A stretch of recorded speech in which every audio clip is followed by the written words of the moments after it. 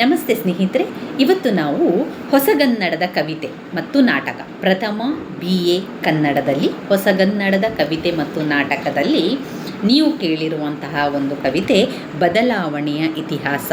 Doctor ರಾಮೇಗೌಡರವರು ಬರೆದಿದ್ದಾರೆ. ಪುಟ ಸಂಖ್ಯೆ 83ರಿಂದ ನಾವು ಈ ಒಂದು ಕವಿತೆಗಳೆಲ್ಲ ಕಾಣ್ಬೋದು.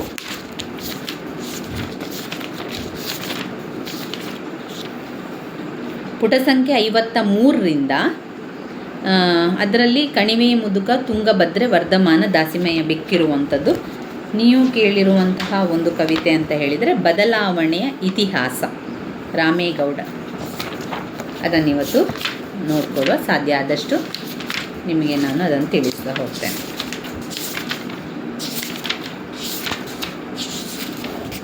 ನೋಡಿ, ಪುಟ ಸಂಖ್ಯೆ 130ರಲ್ಲಿದೆ. ಪುಟ ಸಂಖ್ಯೆ 130ರಲ್ಲಿ ಬದಲಾವಣೆಯ ಇತಿಹಾಸ ಇರುವಂಥದ್ದು. ಬದಲಾವಣೆಯ ಇತಿಹಾಸ. ಈ ಒಂದು ಕವಿತೆಯ ಹಿನ್ನೆಲೆ ಅಂತ ಹೇಳಿದರೆ, ಬದಲಾದ ಇತಿಹಾಸ ಕವಿತೆಯನ್ನು ರಾಮೇಗೌಡರು ಬರೆದಿರುವಂತಹ ಆರದಿರಲಿ ಈ ಬೆಳಕು ಎನ್ನುವಂತಹ ಕವನ ಸಂಕಲನದಿಂದ ಆರಿಸಿಕೊಳ್ಳಲಾಗಿದೆ. ಈ ಕವಿತೆಯ ವಿಶ್ಲೇಷಣೆಯನ್ನು ಮಾಡ್ತಾ ಹೋಗ್ತಾನೆ. ಈ ಕವಿತೆ ಇತಿಹಾಸದಿಂದಲೂ ಹರಿದು ಬರುತ್ತಿರುವಂತಹ ಕೆಳವರ್ಗ ಮತ್ತು ಮೇಲ್ವರ್ಗ ಎಂಬ ತಾರತಮ್ಯವನ್ನು, ಅದರ ಶೋಷಣೆಯ ಮುಖವನ್ನು, ಜಾತಿಭೇದದ ಕ್ರೂರ ಮುಖವನ್ನು ಕಂಡು ಇಂತಹ ಪ್ರಬಲವಾದ ತಾರತಮ್ಯತೆ, ಅಮಾನವೀಯತೆ ತೊಲಗಲು ಪರಿಹಾರವೇನು ಎಂದು ಚಿಂತಿಸಿ, ಈ ಪರಿಹಾರದ ಮೂಲಕ ತನ್ನ ಸುತ್ತಲೂ ತುಂಬಿರುವ ಈ ಒಂದು ಕೊಳಕು ಕ್ರೂರ ಮುಖ ಬದಲಾಗಬಲ್ಲದು. ಹಾಗೆ ಬದಲಾಗಿರುವ ಮುಖವನ್ನು ಕಂಡು ಗೆಲುವಿನಲ್ಲಿ, ಹರ್ಷದಲ್ಲಿ ಮುಕ್ತಾಯವಾಗುತ್ತದೆ. ಕವಿತೆ ಜಾತಿ ತಾರತಮ್ಯತೆ, ವರ್ಗ ತಾರತಮ್ಯತೆಯ ದಾರುಣ ಕಥೆಯನ್ನು 5 ಖಂಡಗಳಲ್ಲಿ ವಿಂಗಡಿಸಿ ವಿವರಿಸ್ತಾ ಇದ್ದಾರೆ. ಇಲ್ಲಿ ಬದಲಾದ ಇತಿಹಾಸದಲ್ಲಿ ಲೇಖಕರು ಅವರು ಏನು ಹೇಳ್ತಾ ಇದ್ದಾರೆ ಅಂತ ಹೇಳಿದರೆ, ಆ ಒಂದು ಕವಿತೆಯನ್ನು ಅವರು ಬರೆದಿದ್ದಾರೆ. ಅದನ್ನು 5 ಖಂಡಗಳನ್ನಾಗಿ ಮಾಡಿದ್ದಾರೆ. 5 ಖಂಡ ಅಂದರೆ 5 ವಿಭಾಗಗಳನ್ನಾಗಿ ಮಾಡಿ ವಿವರಿಸ್ತಾ ಇದ್ದಾರೆ. ಈ ಒಂದು ಕವಿತೆ ಯಾವ ವಿಚಾರವಾಗಿದೆ ಅಂತ ಹೇಳಿದರೆ, ತಾರತಮ್ಯ ಮಾಡ್ತಾ ಇದ್ದಾರೆ. ವರ್ಗ ವ್ಯವಸ್ಥೆ, ಮೇಲ್ವರ್ಗ ಕೆಳವರ್ಗ ಅಂತ ವರ್ಗ ವ್ಯವಸ್ಥೆಯನ್ನು ಮಾಡ್ತಾ ಇದ್ದಾರೆ. ಕೆಳವರ್ಗದವರು, ಮೇಲ್ವರ್ಗದವರು ಎನ್ನುವಂತಹ ತಾರತಮ್ಯ ಮಾಡ್ತಾ ಇದ್ದಾರೆ. ಅದು ಇವತ್ತು ನಿನ್ನೆ ಬಂದಿದ್ದಂಥದ್ದಲ್ಲ. ಇತಿಹಾಸದುದ್ದಕ್ಕೂ ತುಂಬನೇ ಇತಿಹಾಸದ ಹಿಂದಿನಿಂದಲೂ ಕೂಡ ಈ ಒಂದು ರೀತಿಯ ಶೋಷಣೆ ಆಗ್ತಾ ಇದೆ. ಶೋಷಣೆಯನ್ನು ಮಾಡ್ತಾ ಇದ್ದಾರೆ. ಜಾತಿ ಭೇದವನ್ನು ಮಾಡ್ತಾ ಇದ್ದಾರೆ. ಜಾತಿ ಭೇದ ಎನ್ನುವಂಥ ಕ್ರೂರ ಮುಖವನ್ನು ನಾವು ನೋಡ್ತಾ ಇದ್ದೇವೆ. ಈ ಒಂದು ಜಗತ್ತಿನಲ್ಲಿ ಯಾವ ರೀತಿಯ ತಾರತಮ್ಯವನ್ನು ಮಾಡ್ತಾ ಇದ್ದಾರೆ ಅಂತ ಹೇಳಿದರೆ, ಕೆಳವರ್ಗದವರು, ಮೇಲ್ವರ್ಗದವರು ಎನ್ನುವಂತಹ ತಾರತಮ್ಯವನ್ನು ಇತಿಹಾಸದ ಉದ್ದಕ್ಕೂ ಮಾಡ್ತಾ ಇದ್ದಾರೆ. ಅದು ಇವತ್ತು ಬಂದಿರುವಂಥದ್ದಲ್ಲ, ನಿನ್ನೆ ಬಂದಿರುವಂಥದ್ದಲ್ಲ. ಜಾತಿ ಭೇದ ಮಾಡುವಂಥದ್ದು, ಈ ರೀತಿಯ ಒಂದು ಅಮಾನವೀಯತೆ ಆಗ್ತಾ ಇದೆ. ಈ ಒಂದು ಪ್ರಪಂಚದಲ್ಲಿ ಈ ರೀತಿಯ ಒಂದು ತಾರತಮ್ಯವನ್ನು ಮಾಡುವಂಥದ್ದನ್ನು ಬದಲಾವಣೆ ಮಾಡಬೇಕಾಗಿದೆ. ಬದಲಾವಣೆ ಮಾಡಲಿಕ್ಕೆ ಸಾಧ್ಯ ಇದೆ. ಆ ಬದಲಾವಣೆಯನ್ನು ಯಾವ ರೀತಿ ಮಾಡುವಂಥದ್ದು, ಅಥವಾ ಈ ಒಂದು ಅಮಾನವೀಯತೆಯನ್ನು ತೊಲಗಲು ಪರಿಹಾರವೇನು ಅಂತ ಇಲ್ಲಿ ಲೇಖಕರು ಯೋಚನೆ ಮಾಡ್ತಾ ಇದ್ದಾರೆ, ಚಿಂತೆ ಮಾಡ್ತಾ ಇದ್ದಾರೆ. ಇದನ್ನು ಬದಲಾಯಿಸಲಿಕ್ಕೆ ಸಾಧ್ಯ. ಇದನ್ನು ನಮ್ಮಿಂದ ಬದಲಾವಣೆಯನ್ನು ಆರಂಭ ಮಾಡಬೇಕು. ನಮ್ಮ ಸುತ್ತಮುತ್ತಲು ತುಂಬಿರುವಂತಹ ಈ ಒಂದು ಕೊಳಕು ಕ್ರೂರ ರೀತಿ ಇದೆಯಲ್ಲ, ಇದನ್ನು ಬದಲಾವಣೆ ಮಾಡಬೇಕು ಅಂತ ಹೇಳಿ ಲೇಖಕರು ನಮಗೆ ತಿಳಿಸ್ತಾ ಇರುವಂಥದ್ದು. ಲೇಖಕರು ಹೇಳುವಂಥದ್ದು, ಇಲ್ಲಿ ಈ ಜಗತ್ತಿನಲ್ಲಿ ಕ್ರೂರತೆ ಇದೆ. ನಮ್ಮ ಸುತ್ತಮುತ್ತಲು ಈ ರೀತಿಯ ಒಂದು ಅಮಾನವೀಯತೆ ನಡೀತಾ ಇದೆ. ನಮ್ಮ ಸುತ್ತಮುತ್ತಲು ನೀವು ನೋಡಿದರೆ ತಾರತಮ್ಯ ಮಾಡ್ತಾ ಇದ್ದಾರೆ. ಈ ತಾರತಮ್ಯ ಇವತ್ತು ನಿನ್ನೆ ಬಂದಿರುವಂಥದ್ದಲ್ಲ, ಎಷ್ಟೋ ಇತಿಹಾಸದುದ್ದಕ್ಕೂ ಅದು ಬಂದಿದೆ. ಅದನ್ನು ತೊಲಗಿಸಬೇಕು. ಅದನ್ನು ಯಾವ ರೀತಿ ತೊಲಗಿಸೋದು ಅಂತ ಅವರು ಚಿಂತೆ ಮಾಡ್ತಾ ಇದ್ದಾರೆ. ಈ ಚಿಂತೆ ಮಾಡುವ ಬದಲಿಗೆ ಯಾವ ರೀತಿ ಬದಲಾವಣೆಯನ್ನು ಮಾಡಬೇಕು ಅಂತ ಹೇಳಿ ಈ ಕವಿತೆಯ ಮೂಲಕ ಹೇಳ್ತಾ ಇದ್ದಾರೆ. ಕವಿತೆ ಜಾತಿ ತಾರತಮ್ಯತೆಯ ಬಗ್ಗೆ, ವರ್ಗ ತಾರತಮ್ಯತೆಯ ಬಗ್ಗೆ ಅವರು ಈ ಒಂದು ಕವಿತೆಯಲ್ಲಿ ವಿವರಿಸ್ತಾ ಹೋಗುವಂಥದ್ದನ್ನು ಕಾಣ್ಬೋದು. ಇಲ್ಲಿ ಒಂದು ಸಾಲು ಇದೆ ನೋಡಿ, ಅಂಜಿಸುವವರ ಅಂಗಳದಲ್ಲಿ ಅಂಜುವವರ ಕತೆ. ಈ ರೀತಿಯ ಸಾಲುಗಳನ್ನು ನೀವು ನೋಡಿದರೆ ಅಥವಾ ಅರ್ಥ ಮಾಡಿಕೊಂಡ್ರೆ ಸಂದರ್ಭ ಸ್ವಾರಸ್ಯಕ್ಕೆ ಅಥವಾ ಸಂದರ್ಭ ಸಹಿತ ವಿವರಿಸಲಿಕ್ಕೆ ಪ್ರಶ್ನೆ ಬಂದಾಗ ವಿವರಿಸಲಿಕ್ಕೆ ಸಹಾಯ ಆಗ್ತದೆ. ಈ ಸಂದರ್ಭ ಸ್ವಾರಸ್ಯ ಪ್ರಶ್ನೆ ಈ ರೀತಿಯಾಗಿ ಒಂದು ಬಂತು ಅಂತ ಇಟ್ಕೊಳ್ಳೋ.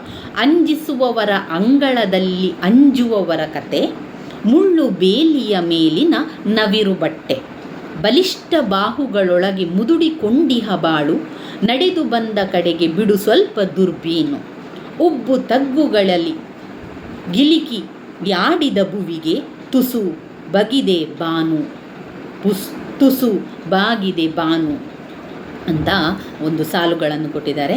ಇಲ್ಲಿ ನಾವು ಸಂದರ್ಭ ಸ್ವಾರಸ್ಯಕ್ಕೆ ಪ್ರಶ್ನೆ ಬಂದರೆ ಈ ಸಾಲುಗಳನ್ನು ಕೊಟ್ಟರೆ ನಾವು ಯಾವ ರೀತಿ ಬರಿಬೇಕು ಅಂತ ಹೇಳಿದರೆ, ಈ ಒಂದು ಸಾಲುಗಳನ್ನು ಅಂದರೆ ಕವಿತೆಯ ಆ ಒಂದು ಕವಿತೆಯ 2 ಸಾಲುಗಳನ್ನು ನಿಮ್ಮ ಉತ್ತರ ಪತ್ರಿಕೆಯಲ್ಲಿ ಬರೆದು ಈ ಸಾಲುಗಳನ್ನು ಡಾಕ್ಟರ್ ರಾಮೇಗೌಡರವರು ಬರೆದಿರುವಂತಹ ಹೊಸಗನ್ನಡದ ಕವಿತೆಯಾಗಿರುವಂತಹ ಬದಲಾವಣೆಯ ಇತಿಹಾಸ ಎನ್ನುವಂತಹ ಕವಿತೆಯಿಂದ ಆರಿಸಿಕೊಳ್ಳಲಾಗಿದೆ ಅಂತ. ಲೇಖಕರ ಹೆಸರು ಬರಿಬೇಕು, ಕವಿತೆಯ ಹೆಸರು ಬರಿಬೇಕು, ಲೇಖಕರ ಹೆಸರನ್ನು ಬರಿಬೇಕು. ನೆನಪಲ್ಲಿಡ್ಕೊಳ್ಳಿ, ನೀವು ಸಂದರ್ಭ ಸ್ವಾರಸ್ಯಕ್ಕೆ ಬರಿಬೇಕಾದ್ರೆ ಮತ್ತು ಸಂದರ್ಭ ಸಹಿತ ವಿವರಿಸಲಿಕ್ಕೆ ಬರಿಬೇಕಾದ್ರೆ ಲೇಖಕರ ಹೆಸರನ್ನು ನೆನಪಲ್ಲಿಡ್ಕೊಳ್ಬೇಕು. ಲೇಖಕರ ಹೆಸರು ಕೂಡ ನಿಮಗೆ ಬರಿಬೇಕು. ಲೇಖಕರ ಹೆಸರು ಬರೆಯುವುದು ತುಂಬಾ ಮುಖ್ಯವಾಗಿರುತ್ತದೆ. ಆವಾಗ ನಿಮಗೆ ಒಳ್ಳೆಯ ಅಂಕಗಳು ಅವರು ಕೊಡ್ತಾರೆ.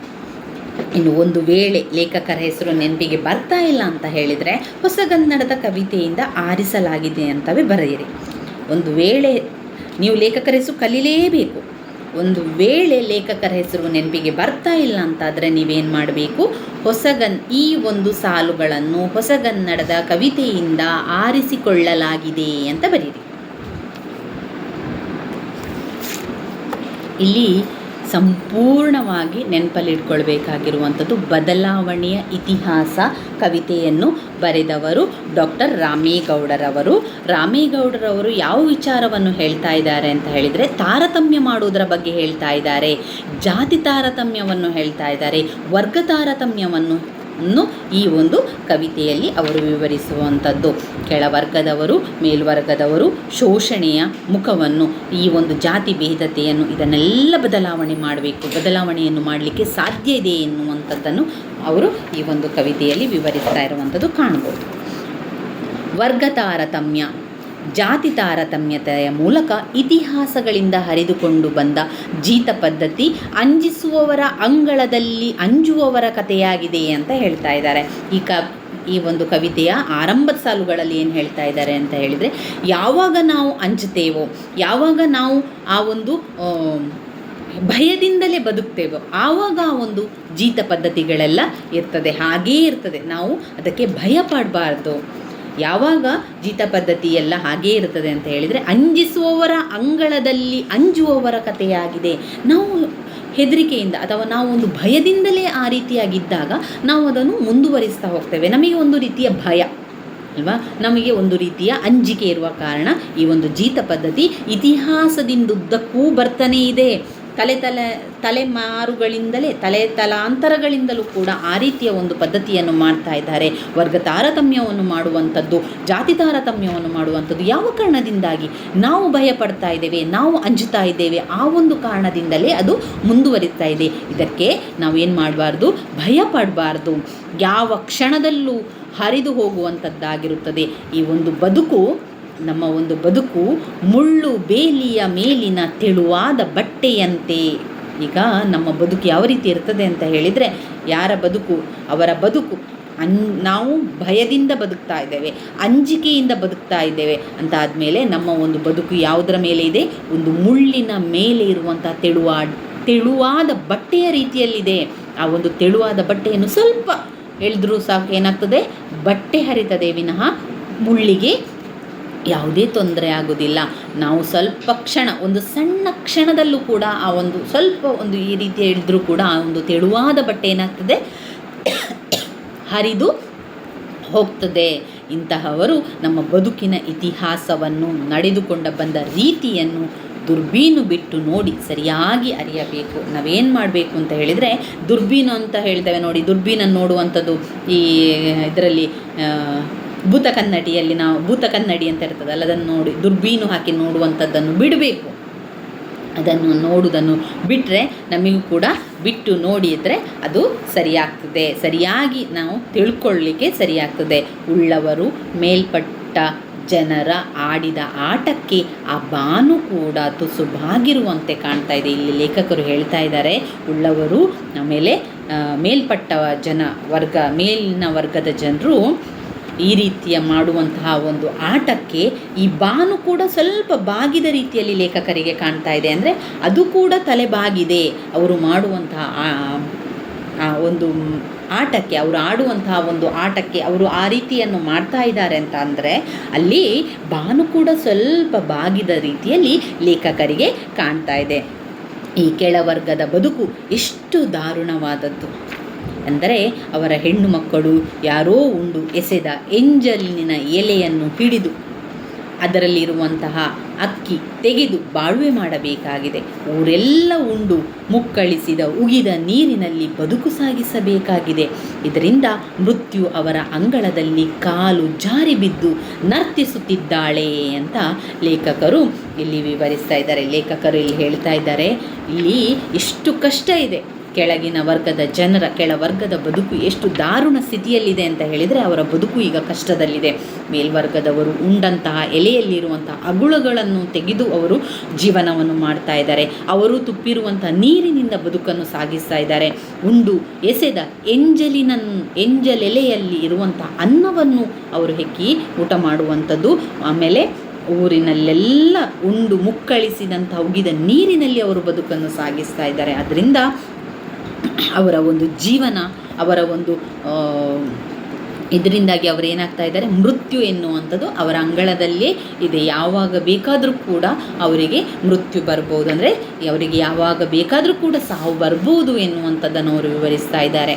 ಇನ್ನು ಕವಿತೆ ಎರಡನೇ ಭಾಗ, ಇದು ಮೊದಲನೇ ಭಾಗ ಆಯ್ತಲ್ವಾ.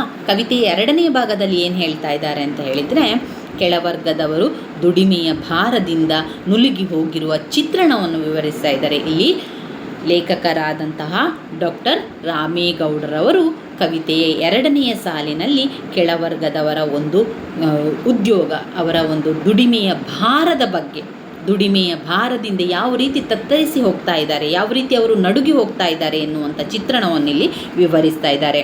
ಆ ಒಂದು ಸಾಲುಗಳನ್ನು ಹೇಳ್ತಾ ಹೋಗ್ತಾನೆ. ಪಡಖಾನೆಯ ಲೋಡಿನೊಡನೆ ಓಡಿದೆ ಮೋಡ, ಚಂದ್ರ ಚಿಕ್ಕಿಯರು ಬೇಡಿದರೂ ಬಿಡಲೊಲ್ಲದು, ಕಾಡುತ್ತಿದೆ ಗೂಢ. ದವಡೆ ದಮ್ಮಡಿಗಳ ನಡುವೆ ವ್ಯತ್ಯಾಸ ಕಾಣದೆ ಕುಸಿಯುತ್ತಿದೆ ಎದೆ ಭಾರದಿ ಹಿಮ್ಮಡಿ. ಕನವರಿಕೆಗಳೆಲ್ಲ ಮನವರಿಕೆಯಾಗದೆ ಬಿದ್ದುಕೊಂಡಿದೆ ಬಸವಳಿದು ದುಡಿ. ಅಂದರೆ ಇಲ್ಲಿ ಅವರು ಹೇಳ್ತಾ ಇದ್ದಾರೆ, ಬಡವರ ಸಮಸ್ತ ಪ್ರಪಂಚ ದುಡಿಮೆಯ ಭಾರದಿಂದ ನಲುಗಿ ಹೋಗ್ತಾ ಇದೆ. ಇಲ್ಲಿ ಬಡವರು ಏನಾಗ್ತಾ ಇದ್ದಾರೆ, ಸಮಸ್ತ ಬಡವರು ಅಂತ ಹೇಳಿ ಲೇಖಕರು ವಿವರಿಸ್ತಾ ಇರುವಂಥದ್ದು. ಡಾಕ್ಟರ್ ರಾಮೇಗೌಡರವರು ಬದಲಾವಣೆ ಇತಿಹಾಸ ಎನ್ನುವಂತಹ ಕವಿತೆಯಲ್ಲಿ ಎರಡನೇ ಭಾಗದಲ್ಲಿ ಅವರು ಏನು ವಿವರಿಸ್ತಾ ಇದ್ದಾರೆ ಅಂತ ಹೇಳಿದರೆ, ಬಡವರು ಆ ಒಂದು ದುಡಿಮೆಯ ಭಾರದಿಂದ ನಲುಗಿ ಹೋಗ್ತಾ ಇದ್ದಾರೆ. ಅವರಿಗೆ ಆ ಒಂದು ಭಾರ ತಡ್ಕೊಳ್ಳಿಕ್ಕೆ ಆಗ್ತಾ ಇಲ್ಲ, ಆ ಒಂದು ಭಾರದಿಂದ ನಲುಗಿ ಹೋಗ್ತಾ ಇದ್ದಾರೆ. ಆಕಾಶದಲ್ಲಿ ಮೋಡ ಕೂಡ ಅವರ ಸುತ್ತಲೂ ಇರುವ ಕೆಲಸದ ಲೋಡಿನೊಂದಿಗೆ ಓಡುತ್ತಿರುವಂತೆ ಕಾಣ್ತದೆ. ಇಲ್ಲಿ ಲೇಖಕರು ಹೇಳ್ತಾ ಇದ್ದಾರೆ, ಈ ಬಡವರು ಎಷ್ಟು ಕಷ್ಟಪಡ್ತಾ ಇದ್ದಾರೆ, ಎಷ್ಟು ಕೆಲಸವನ್ನು ಮಾಡ್ತಾ ಇದ್ದಾರೆ ಅಂತ ಹೇಳಿದರೆ, ಅವರು ಓಡುವಂತಹ ರಭಸಕ್ಕೆ ಆಕಾಶದಲ್ಲಿರುವಂತಹ ಮೋಡ ಕೂಡ ಅವರ ಜೊತೆಗೆ ಹೋಗ್ತಾ ಇದೆ ಎನ್ನುವಂತಹ ರೀತಿಯಲ್ಲಿ ಅವರು ವಿವರಿಸ್ತಾ ಇದ್ದಾರೆ. ಮೋಡ ಕೂಡ ಅವರ ಕಷ್ಟದ ಜೊತೆಗೆ ಆ ಕಡೆಯಿಂದ ಈ ಕಡೆಗೆ ಅದು ಯಾವ ರೀತಿ ಓಡ್ತಾ ಇದೆ ಎನ್ನುವಂಥದ್ದನ್ನು ಲೇಖಕರು ಮೋಡ ಹೋಗುವಂಥದ್ದಕ್ಕೆ ಹೋಲಿಸ್ತಾ ಇದ್ದಾರೆ. ತಮ್ಮ ಮೇಲೆ ಇಂತಹ ಹೊರಲಾರದ ಹೊರೆ ಏಕೆ ಎಂದು ಚಂದ್ರ ನಕ್ಷತ್ರಗಳನ್ನು ಎಷ್ಟು ಬೇಡಿದರೂ ಅವು ಕೂಡ ಅವರ ಬದುಕಿನ ಬವಣೆಯನ್ನು ಕುರಿತು ಗೂಢವನ್ನು ತಿಳಿಸದೆ ಕಾಡ್ತದೆ. ಇಲ್ಲಿ ಬಡವರು ಕಣ್ಣೀರು ಹಾಕ್ತಾ ಇದ್ದಾರೆ. ಅವರು ಕೇಳ್ತಾ ಇದ್ದಾರೆ ನಕ್ಷತ್ರದ ಹತ್ರ ಅಥವಾ ಚಂದ್ರನ ಹತ್ರ ಕೇಳ್ತಾ ಇದ್ದಾರೆ, ಯಾಕೆ ಇಷ್ಟು ಕಷ್ಟವನ್ನು ಕೊಡ್ತಾ ಇದೆಯಾ ನಮಗೆ, ಯಾಕೆ ನಾವು ಈ ಒಂದು ರೀತಿಯ ಭಾರವನ್ನು ಅನುಭವಿಸಬೇಕು, ಯಾಕೆ ನಾವು ಈ ಒಂದು ದುಡಿಮೆಯ ಭಾರದಿಂದ ನಲುಗಿ ಹೋಗ್ತಾ ಇದ್ದೇವೆ, ಯಾಕೆ ನಮಗೆ ಈ ರೀತಿಯ ಭೇದ ಭಾವ, ಯಾಕೆ ನಮ್ಮಲ್ಲಿ ತಾರತಮ್ಯ, ನಮಗೆ ಯಾಕೆ ಈ ರೀತಿಯ ಒಂದು ಕಷ್ಟಗಳನ್ನು ಕೊಟ್ಟಿದೀಯಾ ಅಂತ ಹೇಳಿ ಈ ಬಡವರು ಚಂದ್ರನಲ್ಲಿ ನಕ್ಷತ್ರದಲ್ಲಿ ಅಂಗಲಾಚಿ ಕೇಳ್ತಾ ಇದ್ದಾರೆ, ಬೇಡ್ತಾ ಇದ್ದಾರೆ ಅವರು. ಆಗ ಅದು ಕೂಡ ಹೇಳಲಿಕ್ಕೆ ಸಾಧ್ಯ ಇಲ್ಲ. ಅಥವಾ ಆ ಒಂದು ಪರಿಸ್ಥಿತಿಯಲ್ಲಿ ನಕ್ಷತ್ರ ಚಂದ್ರ ಎಲ್ಲ ಕೂಡ ಆ ಒಂದು ಗೂಢತೆಯನ್ನು ಅಥವಾ ಆ ಒಂದು ಏನು ಹೇಳ್ತೇವೆ, ಆ ಒಂದು ಪರಿಸ್ಥಿತಿಯನ್ನು ಹೇಳಲಿಕ್ಕೆ ಸಾಧ್ಯ ಇಲ್ಲ ಅಥವಾ ತಿಳಿಸದೆ ಅದು ಕೂಡ ಕಾಡ್ತಾ ಇದೆ. ದವಡೆ ದಮ್ಮಡಿಗಳನ್ನು ಬಿಗಿ ಹಿಡಿದು ಇವರು ದುಡಿಯುವ ಭಾರಕ್ಕೆ ಅವರ ಹಿಮ್ಮಡಿ ಕುಸಿಯುತ್ತಿರುತ್ತದೆ. ಎಷ್ಟು ದುಡಿತಾ ಇದ್ದಾರೆ, ಎಷ್ಟು ಕಷ್ಟಪಡ್ತಾ ಇದ್ದಾರೆ ಅಂತ ಹೇಳಿದರೆ, ಅವರು ಈ ದವಡೆಯನ್ನೆಲ್ಲ ಕಚ್ಚಿ ಕೆಲಸವನ್ನು ಮಾಡುವಂಥದ್ದು, ಅಂದರೆ ಅಷ್ಟು ಕಷ್ಟದಿಂದ ಕೆಲಸವನ್ನು ಮಾಡ್ತಾ ಇದ್ದಾರೆ. ಆ ಒಂದು ಭಾರಕ್ಕೆ ಅವರ ಹಿಮ್ಮಡಿ, ಕಾಲಿನ ಹಿಂದಿನ ಭಾಗ ಕುಸಿತಾ ಇದೆ, ಅವರಿಗೆ ಕೆಲಸ ಮಾಡಲಿಕ್ಕೆ ಆಗ್ತಾ ಇಲ್ಲ. ಯಾಕಂದರೆ ಅಷ್ಟು ಭಾರವನ್ನು ಅನುಭವಿಸ್ತಾ ಇದ್ದಾರೆ. ಅಂದರೆ ಭಾರ ಅಂತ ಹೇಳಿದರೆ ವಸ್ತುವಿನ ಭಾರ ಅಲ್ಲ, ಇಲ್ಲಿ ಕಷ್ಟದ ಭಾರದ ಬಗ್ಗೆ ಲೇಖಕರು ವಿವರಿಸ್ತಾ ಇದ್ದಾರೆ. ತಾರತಮ್ಯ ಮಾಡುವಂಥ ಭಾರದ ಬಗ್ಗೆ ತಿಳಿಸ್ತಾ ಇದ್ದಾರೆ. ಅಮಾನವೀಯತೆಯ ಬಗ್ಗೆ, ಇಲ್ಲಿ ಮಾನವೀಯತೆ ಇಲ್ಲ, ಅಮಾನವೀಯತೆಯನ್ನು ತೋರಿಸ್ತಾ ಇದ್ದಾರೆ, ತಾರತಮ್ಯವನ್ನು ತೋರಿಸ್ತಾ ಇದ್ದಾರೆ. ಮೇಲ್ವರ್ಗದವರು ಕೆಳವರ್ಗದವರು ಅಂತ ಮಾಡ್ತಾ ಇದ್ದಾರೆ, ತಾರತಮ್ಯ ಮಾಡ್ತಾ ಇದ್ದಾರೆ. ಇದರ ಒಂದು ಕಷ್ಟವನ್ನು ಇಲ್ಲಿ ಲೇಖಕರು ವಿವರಿಸ್ತಾ ಇರುವಂಥದ್ದು. ಅವರ ಬದುಕಿನ ಕನವರಿಕೆಗಳು ಏನೆಂದು ಅವರಿಗೆ ತಿಳಿಯದಂತಾಗಿದೆ. ಅವರು ದುಡಿದು ಬಸವಳಿದು ಹೋಗಿದ್ದಾರೆ. ಇಲ್ಲಿ ಬಡವರು ಬಸವಳಿದು ಹೋಗಿದ್ದಾರೆ ಅಂತ ಹೇಳ್ತಾ ಇದ್ದಾರೆ. ಇಂತಹ ಪರಿಸರದಲ್ಲಿ ಎದ್ದು ನಿಂತಿರುವ ಯುವಕನ ಪರಿಸ್ಥಿತಿ ಎಂತಹದು ಎಂಬುದನ್ನು ಅವರು ಮುಂದಿನ ಒಂದು ಭಾಗದಲ್ಲಿ, 3ನೇ ಭಾಗದಲ್ಲಿ ಅವರು ಹೇಳ್ತಾ ಇದ್ದಾರೆ. ಇಷ್ಟೊಂದು ಕಷ್ಟಗಳು ಬರ್ತಾ ಇದೆ, ಈ ಬಡವರು ತುಂಬಾ ಕಷ್ಟ ಅನುಭವಿಸ್ತಾ ಇದ್ದಾರೆ. ಆ ಒಂದು ಸಂಸಾರದ ಹೊರೆಯನ್ನು ಹೊರಲಾಗದಷ್ಟು ಕಷ್ಟವನ್ನು ಅನುಭವಿಸ್ತಾ ಇದ್ದಾರೆ. ಅವರಿಗೆ ದುಡಿಮೆಯ ಭಾರದಿಂದ ನಲಗಿ ಹೋಗ್ತಾ ಇದ್ದಾರೆ. ಅಂತಹ ಸಂದರ್ಭದಲ್ಲಿ ಯುವಕರು ಎಚ್ಚೆತ್ತುಕೊಳ್ಬೇಕು. ಯುವಕರ ಪರಿಸ್ಥಿತಿ ಹೇಗಿದೆ ಅಂತ ನೋಡುವ, ಅಥವಾ ಯುವಕರು ಯಾವ ರೀತಿ ಬದಲಾವಣೆಯನ್ನು ತರಬೇಕು ಎನ್ನುವಂಥದ್ದು ಲೇಖಕರು ವಿವರಿಸುವಂಥದ್ದು. ಅಲ್ಲೇ ಎದ್ದು ನಿಂತಿದ್ದಾನೆ ಕೆದರಿದ ತಲೆಯ ಯುವಕ, ಹರಿದು ಬಿದ್ದಿದೆ ಪಾತ್ರೆ ಪರಟೆ ಅಕ್ಕಪಕ್ಕ, ಹಸಿದ ನಾಯಿ ಯಾಹುಲಿ ಎಗರಿ ಹಾಯಲು ಸಿದ್ಧ, ಸದ್ದಿಲಿ ಕಣಕಣದೊಳಗೆ ಹರಿದಿದೆ ಬುಲ್ಡೋಜರಿನ ಜೋರು, ಒಳಗೆ ಒತ್ತರಿಸಿದ ಇತಿಹಾಸದ ತೇರು. ಇಲ್ಲಿ ಬಡವರು ಕಷ್ಟಪಟ್ಟು ಜೀವನವನ್ನು ಮಾಡ್ತಾ ಇದ್ದಾರೆ, ಕಷ್ಟದ ಜೀವನವನ್ನು ಅನುಭವಿಸ್ತಾ ಇದ್ದಾರೆ, ತಾರತಮ್ಯವನ್ನು ಮಾಡ್ತಾ ಇದ್ದಾರೆ, ಜೀತ ಪದ್ಧತಿಯಲ್ಲಿದ್ದಾರೆ, ಜೀತದ ಆಳಾಗಿ ಕೆಲಸ ಮಾಡ್ತಾ ಇದ್ದಾರೆ. ಅವರಿಗೆ ಅವರು ಮಾಡಿರುವಷ್ಟು ಸಾಲವನ್ನು ತೀರಿಸುವಷ್ಟು ಅವರಿಗೆ ಹಣ ಸಿಗ್ತಾ ಇಲ್ಲ, ಅಥವಾ ಅವರು ಮಾಡಿದ ಕೆಲಸಕ್ಕೆ ತಕ್ಕಂತೆ ಅವರಿಗೆ ಸಂಬಳ ಸಿಗ್ತಾ ಇಲ್ಲ. ಅದರಿಂದ ಅವರ ಸಾಲಗಳೆಲ್ಲ ಹೆಚ್ಚನೇ ಆಗ್ತಾನೆ ಹೋಗ್ತದೆ ಹೊರತು ಕಡಿಮೆ ಆಗ್ತಾ ಇಲ್ಲ. ಅದರಿಂದ ಅವರು ತತ್ತರಿಸ್ತಾ ಇದ್ದಾರೆ, ಆ ದುಡಿಮೆಯ ಭಾರದಿಂದ ನಲುಗಿ ಹೋಗ್ತಾ ಇದ್ದಾರೆ. ಅಂತಹ ಸಂದರ್ಭದಲ್ಲಿ ಯುವಕನೊಬ್ಬ ಎಚ್ಚೆತ್ತುಕೊಂಡಿದ್ದಾನೆ. ಯುವಕನ ಪರಿಸ್ಥಿತಿ ಎಂಥದ್ದು ಅಂತ ಲೇಖಕರು ವಿವರಿಸ್ತಾ ಇದ್ದಾರೆ. ತನ್ನ ಇತಿಹಾಸ ತಿಳಿದು, ಈಗ ಆ ಒಬ್ಬ ಯುವಕನಿಗೆ ಅಥವಾ ಆ ಎಲ್ಲ ಯುವಕರಿಗೆ ಗೊತ್ತಿದೆ ಇತಿಹಾಸ, ನನ್ನ ಕುಟುಂಬದಿಂದ ಯಾವ ರೀತಿಯಾಗಿ ಬಂದಿದೆ, ಜೀತ ಪದ್ಧತಿಯನ್ನೇ ಅನುಭವಿಸಿಕೊಂಡು ಬಂದಿದ್ದಾರೆ, ಜೀತ ಪದ್ಧತಿಯಿಂದಲೇ ತಲೆತಲಾಂತರದಿಂದ ಬಂದಿದ್ದಾರೆ ಎನ್ನುವಂಥದ್ದು ಯುವಕನಿಗೆ ಗೊತ್ತಿದೆ. ಆ ಯುವಕ ಎದ್ದು ನಿಂತಿರುವ ಯುವಕ ಹಸಿದ ನಾಯಿ ಅಥವಾ ಹುಲಿಯಂತೆ ಎಗರಲು ಸಿದ್ಧನಾಗಿ ನಿಂತಿದ್ದಾನೆ. ಈಗ ಅವನು ಯುದ್ಧ ಮಾಡಲಿಕ್ಕೆ ಸಿದ್ಧ ಇದ್ದಾನೆ, ಅಥವಾ ಅದನ್ನು ಎದುರಿಸಲು ಸಿದ್ಧನಾಗಿದ್ದಾನೆ. ಹಸಿದ ಹುಲಿಯಂತೆ ಇದ್ದಾನೆ, ಹಸಿದ ನಾಯಿಯಂತೆ. ಅಷ್ಟು ಅವನಿಗೆ ರೋಷ ದ್ವೇಷಗಳೆಲ್ಲ ಬಂದಿದೆ. ಅವನು ಅದರ ವಿರುದ್ಧ ಹೋರಾಡಲು ಎದ್ದು ನಿಂತಿದ್ದಾನೆ. ಯಾರು? ಯುವಕ. ಅವನ ಕಣದಲ್ಲಿ ಬುಲ್ಡೋಜರ್ನಂತೆ, ಅಂದರೆ ಈಗ ಬುಲ್ಡೋಸರ್, JCB ಅಂತೆ ಅವನು ಎದ್ದು ನಿಂತಿದ್ದಾನೆ. ಅಂದರೆ ಎಲ್ಲವನ್ನು ನಾನು ಕೆಡವಿ ಹಾಕ್ತೇನೆ, ಎಲ್ಲವನ್ನು ಕೂಡ ಬದಲಾವಣೆಯನ್ನು ಮಾಡ್ತೇನೆ ಎನ್ನುವಂಥ ಒಂದು ರೋಷದಿಂದ ಅವನು ಎದ್ದು ನಿಂತಿದ್ದಾನೆ ಯುವಕ. ಎಲ್ಲವನ್ನು ಮಾತನಾಡುವಂಥ ಜೋರು, ಒತ್ತಡ ಹರಿತಾ ಇದೆ. ಎಲ್ಲವನ್ನು ಇಷ್ಟು ತನಕ ಮಾತನಾಡಲಿಲ್ಲ, ಇಷ್ಟು ತನಕ ಅವನು ಆ ಒಂದು ನೋವನ್ನು ಅನುಭವಿಸ್ತಾ ಇದ್ದ, ಅಷ್ಟು ತನಕ ಜೀತ ಪದ್ಧತಿಯಲ್ಲಿ ಕೆಲಸ ಮಾಡ್ತಾ ಇದ್ದ, ಆ ಒಂದು ದುಡಿಮೆಯ ಭಾರದಿಂದ ತತ್ತರಿಸಿ ಹೋಗಿದ್ದ. ಆದರೂ ಕೂಡ ಅವರು ಯಾರೂ ಕೂಡ ಮಾತನಾಡ್ತಾ ಇರಲಿಲ್ಲ, ಅಥವಾ ಅದರ ವಿರುದ್ಧವಾಗಿ ಹೋಗ್ತಾ ಇರಲಿಲ್ಲ. ಅದರ ಬದಲಾಗಿ ಅವರು ಹೇಳಿರುವಂಥದ್ದನ್ನೆಲ್ಲ ಮಾಡ್ತಾ ಇದ್ರು. ಅದನ್ನು ಅವರು ಹೇಳಿರುವಂಥದ್ದು ಮೇಲ್ವರ್ಗದವರು ಮಾಡ್ತಾ ಇದ್ದಂಥ ಎಲ್ಲ ಕೆಲಸಗಳನ್ನು ಮಾಡ್ತಾ ಇದ್ರು, ಜೀತ ಪದ್ಧತಿಯಲ್ಲಿ ಅವರು ಇದ್ದರು. ಅಂತಹ ಸಂದರ್ಭದಲ್ಲಿ ಈಗ ಎದ್ದು ನಿಂತಿದ್ದಾನೆ, ಈಗ ಅವನು ಪ್ರಶ್ನೆಯನ್ನು ಕೇಳಲಿಕ್ಕೆ ರೆಡಿಯಾಗಿದ್ದಾನೆ, ಅವನು ವಿರುದ್ಧವಾಗಿ ನಿಲ್ಲಲಿಕ್ಕೆ ರೆಡಿಯಾಗಿದ್ದಾನೆ. ಬುಲ್ಡೋಜರಿನಂತೆ, JCB ಅಂತೆ ಎಲ್ಲವನ್ನು ಕೆದಕಲಿಕ್ಕೆ ಅಥವಾ ಎಲ್ಲವನ್ನು ತೆಗೆದು ಹಾಕಲಿಕ್ಕೆ ಅವನು ಬದಲಾವಣೆಯನ್ನು ಮಾಡಲಿಕ್ಕೆ ಸಿದ್ಧವಾಗಿ ನಿಂತಿದ್ದಾನೆ ಅಂತ ಈ ಒಂದು ಹರಿಯುತ್ತಿದೆ ಅಂತ ಹೇಳ್ತಾ ಇದ್ದಾರೆ. ಕವಿತೆಯ 4ನೇ ಪದ್ಯದಲ್ಲಿ ಅವನು ಏಕಾಏಕಿ ಮುನ್ನುಗ್ಗಿದರೆ ಕಾರ್ಯ ಸಾಗದು, ಅವನಂತಹ ಯುವಕರು ಮಾನವನ ಸರಪಳಿಯನ್ನು ಕಟ್ಟಿದ್ದಾರೆ. ಈಗ ಒಬ್ಬ ಎದ್ದು ನಿಂತರೆ ಅಥವಾ ಒಬ್ಬ ಯುದ್ಧಕ್ಕೆ ನಿಂತರೆ ಸಾಧ್ಯವ? ಇಲ್ಲ. ಅಥವಾ ಈಗ ಬಡವರ ಕುಟುಂಬದಲ್ಲಿ ಒಬ್ಬ ಎದ್ದು ನಿಂತು ಅದರ ವಿರುದ್ಧವಾಗಿ ಅವನೊಬ್ಬ ಮಾತನಾಡಿದರೆ ಅಥವಾ ಅದರ ವಿರುದ್ಧವಾಗಿ ಅವನು ಹೋದರೆ ಏನೂ ಸಾಧ್ಯ ಇಲ್ಲ, ಏನೂ ಬದಲಾವಣೆ ಮಾಡಲಿಕ್ಕೆ ಸಾಧ್ಯ ಇಲ್ಲ. ಯಾಕಂದರೆ ಅಷ್ಟೊಂದು ಜನರ ನಡುವೆ ಒಬ್ಬನೇ ಎದ್ದು ನಿಂತು ತಾನು ವಿರೋಧವನ್ನು ಮಾಡಿದರೆ ಅದರಿಂದ ಯಾವ ರೀತಿಯ ಬದಲಾವಣೆ ಇಲ್ಲ ಅಂತ ಲೇಖಕರು ಹೇಳ್ತಾ ಇದ್ದಾರೆ. ಅದರ ಬದಲಾಗಿ ಯುವಕರು ಎಲ್ಲರೂ ಎದ್ದು ನಿಲ್ಲಬೇಕು, ಅವರ ಒಂದು ಯುವಕರ ಸರಪಳಿಯನ್ನು ಮಾಡಬೇಕು, ಅವರ ಒಂದು ತಂಡವನ್ನು ಮಾಡಬೇಕು, ಗುಂಪು ಮಾಡಬೇಕು. ಆಗ ಬದಲಾವಣೆ ಮಾಡಲಿಕ್ಕೆ ಸಾಧ್ಯ. ಬದಲಾವಣೆ ಇತಿಹಾಸ, ಆ ಒಂದು ಇತಿಹಾಸದುದ್ದಕ್ಕೆ ಏನಾಗಿದೆ, ಬಡವರು, ಶ್ರೀಮಂತರು, ಮೇಲ್ವರ್ಗದವರು, ಕೆಳವರ್ಗದವರು ಅಂತ ಶೋಷಣೆ ಆಗ್ತಾನೇ ಬಂದಿದೆ, ತಾರತಮ್ಯ ಮಾಡ್ತಾನೇ ಇದ್ದಾರೆ, ಜೀತ ಪದ್ಧತಿಯಲ್ಲಿ ಆಗ್ತಾನೇ ಇದೆ. ಈ ಒಂದು ಇತಿಹಾಸದಲ್ಲಿ ಆದಂಥ ವಿಚಾರ ಇವತ್ತಿಗೂ ತನಕ ನಡೀತಾ ಇದೆ ಅಂತ ಹೇಳಿದರೆ ಅದಕ್ಕೆ ಬದಲಾವಣೆ ಆಗಬೇಕು. ಆ ಬದಲಾವಣೆಗೆ ಯುವಕರು ಎದ್ದು ನಿಲ್ಲಬೇಕು, ಈ ಯುವಕರ ಗುಂಪು ಆಗಬೇಕು, ಯುವಕರ ಒಂದು ಸರಪಳಿ ಆಗಬೇಕು ಅಂತ ಹೇಳಿ ಲೇಖಕರು ಹೇಳ್ತಾ ಇರುವಂಥದ್ದು. ಆ ಒಂದು ಸರಪಳಿ ಕಟ್ಟಿದಾಗ ಮಾತ್ರ ಆ ಒಂದು ಯಶಸ್ಸು ಸಿಗಲಿಕ್ಕೆ ಸಾಧ್ಯ. ಒಬ್ಬನಿಂದ ಸಾಧ್ಯ ಇಲ್ಲ, ಒಬ್ಬ ಯುವಕ ಎದ್ದು ನಿಂತರೆ ಸಾಧ್ಯ ಇಲ್ಲ. ಅವರ ಯುವಕರ ತಂಡವೇ, ಸಂಪೂರ್ಣ ಯುವಕರ ತಂಡ ಎದ್ದು ನಿಲ್ಲಬೇಕು, ಒಂದು ಇತಿಹಾಸವನ್ನು ಬದಲಾವಣೆ ಮಾಡಬೇಕು. ಬದಲಾವಣೆ ಮಾಡಲಿಕ್ಕೆ ಖಂಡಿತ ಸಾಧ್ಯ ಇದೆ, ಬದಲಾವಣೆಯನ್ನು ಮಾಡಲಿಕ್ಕೆ ಆಗ್ತದೆ ಅಂತ ಇಲ್ಲಿ ಲೇಖಕರು ಡಾಕ್ಟರ್ ರಾಮೇಗೌಡರವರು ವಿವರಿಸ್ತಾ ಇದ್ದಾರೆ. ಇಂತಹ ಯುವಕ ತನ್ನ ವರ್ತಮಾನದಲ್ಲಿ ಇರಬಹುದಾದ ತಂಪಿಗಾಗಿ, ಮುಂದೆ ತನ್ನ ಜೀವನದಲ್ಲಿ ಸಿಗುವಂತಹ ಖುಷಿಗೆ, ತನ್ನ ಜೀವನದಲ್ಲಿ ಸಿಗುವಂಥ ತಂಪಿಗಾಗಿ, ಹುಣ್ಣಿಮೆ ಬೆಳದಿಂಗಳಿಗಾಗಿ ಹುಡುಕುವವನಾಗಿದ್ದಾನೆ. ಪ್ರತಿಯೊಬ್ಬ ಯುವಕನು ಮುಂದಿನ ಜೀವನ ಸುಂದರವಾಗಿರಬೇಕು, ತಂಪು ಸಿಗಬೇಕು, ಹುಣ್ಣಿಮೆ ಬೆಳದಿಂಗಳಂತೆ ನಮ್ಮ ಜೀವನ ಆಗಬೇಕು ಅಂತ ಕಾತರದಿಂದ ಕಾಯ್ತಾ ಇದ್ದಾರೆ. ಸಕ್ಕರೆ ನಿದ್ದೆಗೆ ಅವನು ವಿಮುಖನಾಗಿದ್ದಾನೆ. ಇಂತಹ ಯುವಕರು ಒಗ್ಗಟ್ಟಾಗಿರಬೇಕು.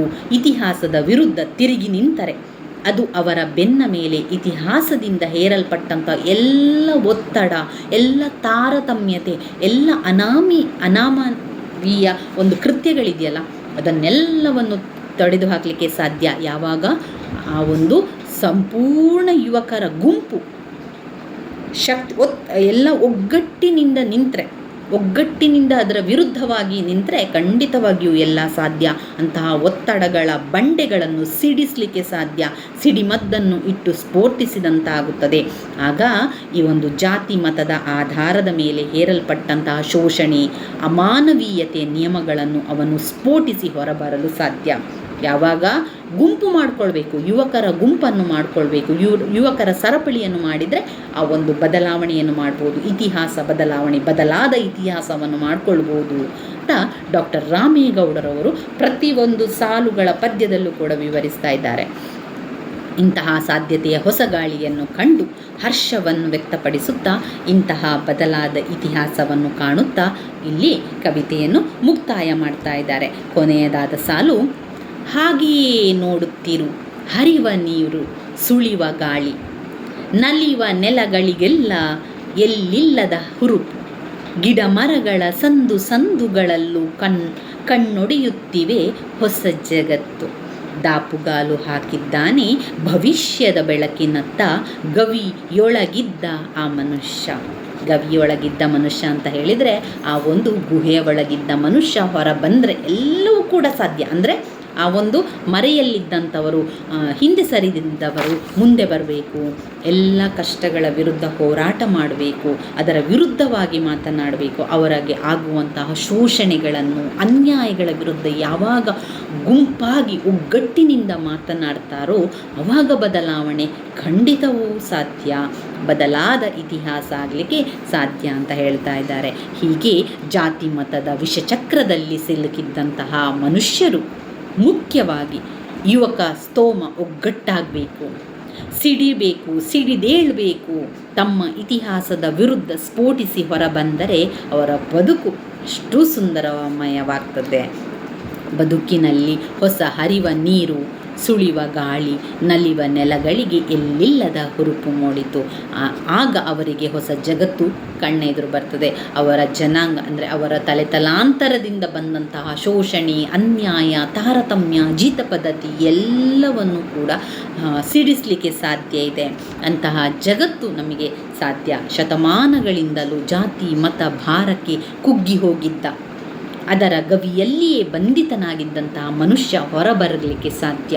ಎಷ್ಟೋ ಇತಿಹಾಸದಿಂದಲೂ ಕೂಡ ಅವರು ಆ ಒಂದು ಗುಹೆಯಲ್ಲಿಯೇ ಇದ್ದಾರೆ, ಅಥವಾ ಆ ಒಂದು ವಿಚಾರದಲ್ಲಿಯೇ ಶೋಷಣೆ, ಅನ್ಯಾಯ, ತಾರತಮ್ಯದ ಒಳಗಡೆ ಇದ್ದಾನೆ, ಅದರಿಂದ ಹೊರಬರಬೇಕು, ಆಶಾವಾದದಲ್ಲಿ ಹೊಸ ಭವಿಷ್ಯದ ಬೆಳಕಿನಲ್ಲಿ ಅಂತಹ ಹಾರೈಕೆಯಲ್ಲಿ ಕವಿತೆ ಮುಕ್ತಾಯವಾಗುವಂಥದ್ದನ್ನು ಕಾಣ್ಬೋದಾಗಿದೆ. ಇಲ್ಲಿ ಇವಿಷ್ಟು ವಿಚಾರ ನಿಮಗೆ ನೆನಪಿರಲಿ.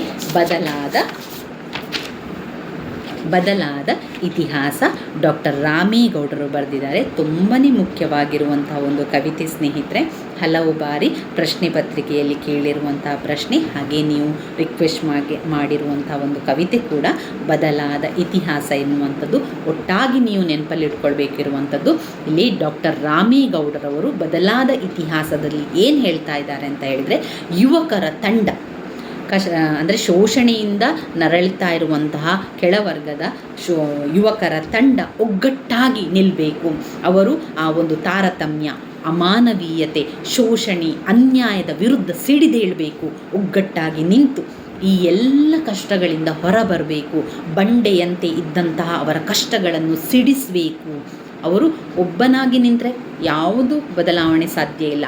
ಆದರೆ ಒಗ್ಗಟ್ಟಾಗಿ ನಿಂತರೆ ಕೆಳ ಜಾತಿ, ಮೇಲ್ಜಾತಿ, ಕೆಳವರ್ಗ, ಮೇಲ್ವರ್ಗ ಅಂತ ಹೇಳಿ ಮಾಡುವಂತಹ ಒಂದು ತಾರತಮ್ಯ, ಅಮಾನವೀಯತೆ ಇರ್ಬೋದು, ಶೋಷಣೆ ಇರ್ಬೋದು, ಅನ್ಯಾಯ ಇರ್ಬೋದು, ಇದನ್ನೆಲ್ಲ ತಡೆಯಲಿಕ್ಕೆ ಸಾಧ್ಯ, ಇದನ್ನೆಲ್ಲ ಬದಲಾವಣೆ ಮಾಡಲಿಕ್ಕೆ ಸಾಧ್ಯ. ಯಾರಿಂದ? ಯುವಕರಿಂದ. ಅವರು ಒಂದು ಗುಂಪು ಮಾಡಿಕೊಳ್ಬೇಕು, ಒಗ್ಗಟ್ಟನ್ನು ಮಾಡಿಕೊಳ್ಬೇಕು, ಯುವಕರ ಸರಪಳಿಯನ್ನು ಮಾಡಿಕೊಳ್ಬೇಕು. ಆವಾಗ ಈ ಬದಲಾವಣೆ ಸಾಧ್ಯ. ಈಗ ಮುಳ್ಳಿನ ಮೇಲೆ ತೆಳುವಾದ ಬಟ್ಟೆ ಬಿದ್ದರೆ ಸ್ವಲ್ಪ ಆಚೀಚೆ ಆದರೂ ಕೂಡ ತೆಳುವಾದ ಬಟ್ಟೆ ಹರಿದು ಹೋಗ್ತದೆ. ಆ ರೀತಿಯ ಜೀವನ ಅವರಿಗೆ ಆಗಿದೆ. ಅದರಿಂದ ಹೊರಬರಬೇಕು ಎನ್ನುವಂಥದ್ದು ಲೇಖಕರ ಇಲ್ಲಿ ಒಂದು ವಿಚಾರವನ್ನು, ಲೇಖಕರ ಒಂದು ಅಭಿಪ್ರಾಯವಾಗಿದೆ. ಡಾಕ್ಟರ್ ರಾಮೇಗೌಡರವರು ಬದಲಾದ ಇತಿಹಾಸದಲ್ಲಿ ಈ ಎಲ್ಲ ವಿಚಾರಗಳನ್ನು ಹೇಳ್ತಾ ಹೋಗ್ತಾರೆ. ಇಲ್ಲಿ ಬದಲಾದ ಇತಿಹಾಸದ ಕವಿತೆಯಲ್ಲಿ ಬಂದಿರುವಂತಹ ಸಂದರ್ಭ ಸ್ವಾರಸ್ಯದ ಪ್ರಶ್ನೆಗಳನ್ನು ಒಮ್ಮೆ ಹೇಳ್ತಾ ಹೋಗ್ತಾನೆ. ಅವರು ಪುಸ್ತಕದಲ್ಲಿ ಕೊಟ್ಟಿರುವಂಥ ಸಂದರ್ಭ ಸ್ವಾರಸ್ಯದ ಪ್ರಶ್ನೆಗಳಿಂದಲೇ ನಮಗೆ ಪ್ರಶ್ನೆಗಳನ್ನು ಆಯ್ಕೆ ಮಾಡಿ ಕೊಡ್ತಾರೆ. ಮುಳ್ಳು ಬೇಲಿಯ ಮೇಲಿನ ನವಿರು ಬಟ್ಟೆ, ಸಂದರ್ಭ ಸ್ವಾರಸ್ಯವನ್ನು ಬರೀರಿ ಅಂತ ಬಂದಾಗ, ಮುಳ್ಳು ಬೇಲಿಯ ಮೇಲಿನ ನವಿರು ಬಟ್ಟೆ, ಈ ಒಂದು ಸಾಲುಗಳನ್ನು, ಆ ಸಾಲನ್ನು ನೀವು ಉತ್ತರ ಪತ್ರಿಕೆಯಲ್ಲಿ ಬರಿಬೇಕು, ನಂತರ ಬರೆಯಬೇಕು. ಈ ಒಂದು ಸಾಲುಗಳನ್ನು ಹೊಸಗನ್ನಡದ ಕವಿತೆಯಾದಂತಹ ಬದಲಾದ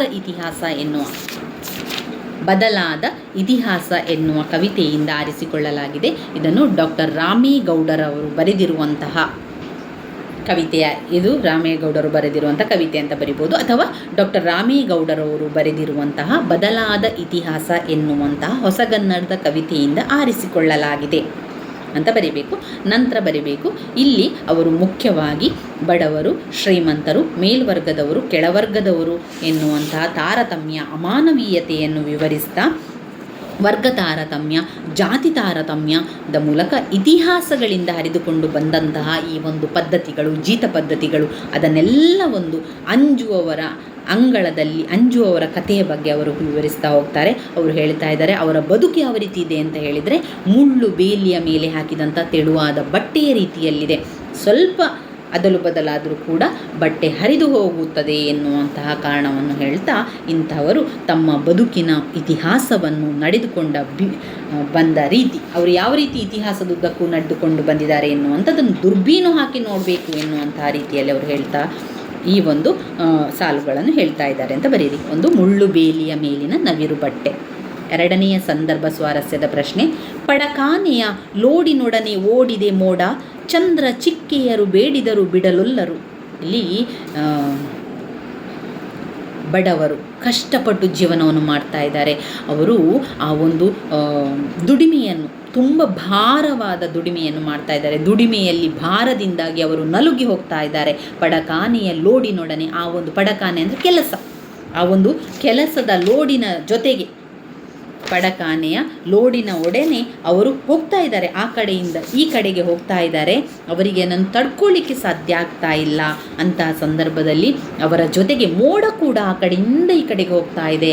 ಆಗ ಬಡವ ಕೇಳ್ತಾ ಇದ್ದಾನೆ ಚಂದ್ರನ ಹತ್ರ, ನಕ್ಷತ್ರನ ಹತ್ರ ಅಂಗಲಾಚಿ ಕೇಳ್ತಾ ಇದ್ದಾನೆ, ಯಾಕೆ ನನಗೆ ಈ ಕಷ್ಟ, ಯಾಕೆ ನನಗೆ ಈ ಕಷ್ಟವನ್ನು ಕೊಟ್ಟಿದೆಯಾ, ನಾನು ಏನು ಮಾಡಿದ್ದೇನೆ, ಯಾವ ತಪ್ಪು ಮಾಡಿದ್ದೇನೆ, ಯಾಕೆ ಈ ರೀತಿಯ ಒಂದು ನೋವು ಕೊಡ್ತಾ ಇದೆಯಾ, ಯಾಕೆ ಈ ರೀತಿಯ ಒಂದು ಭಾರವನ್ನು ನನ್ನ ಜೀವನದಲ್ಲಿ ಕೊಟ್ಟಿದೆಯಾ ಅಂತ ಕೇಳಿದಾಗ ಅವರು ಕೂಡ ಉತ್ತರವನ್ನು ಹೇಳಲಿಕ್ಕೆ ಸಾಧ್ಯ ಆಗುವುದಿಲ್ಲ ಎನ್ನುವಂತಹ ಸಾಲು ಇದಾಗಿದೆ.